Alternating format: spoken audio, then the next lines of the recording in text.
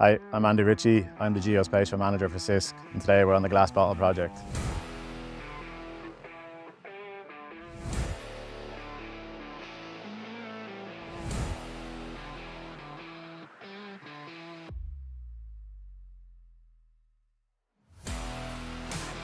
So we've been using DroneDeploy for just over a year now, where we've kind of seen improvements here are with enhanced surveying, particularly like for kind of earthworks, general calculations where we can kind of overlay design. But as well for us, it's the kind of the repeatability and the accuracy and the results we're getting as well.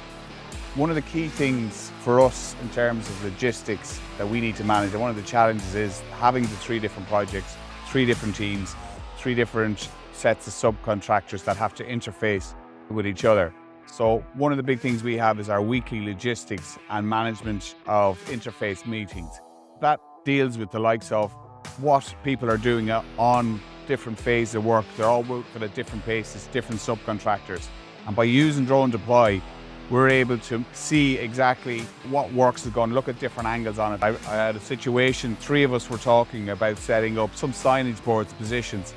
3 of us came out of it with 3 different positions, but we went on DroneDeploy and found out, no, we were talking about 3 different areas. That's the benefit. It's a time-saving mechanism for us. From our side, from an aerial capture perspective, probably the largest ones that we have at the moment. And that's where we're kind of seeing the major benefits, in particular like with the earthworks. So you can see the mounds and stuff around here. And that's where the site team have kind of seen the benefits, because they're reusing the soil from the site as well. It's key there to be able to track that and have, accurate progress tracking then part of it too.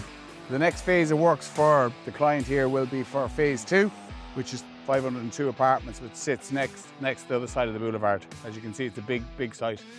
When I come here, it's just, you forget how big it actually is, and this is only the beginning.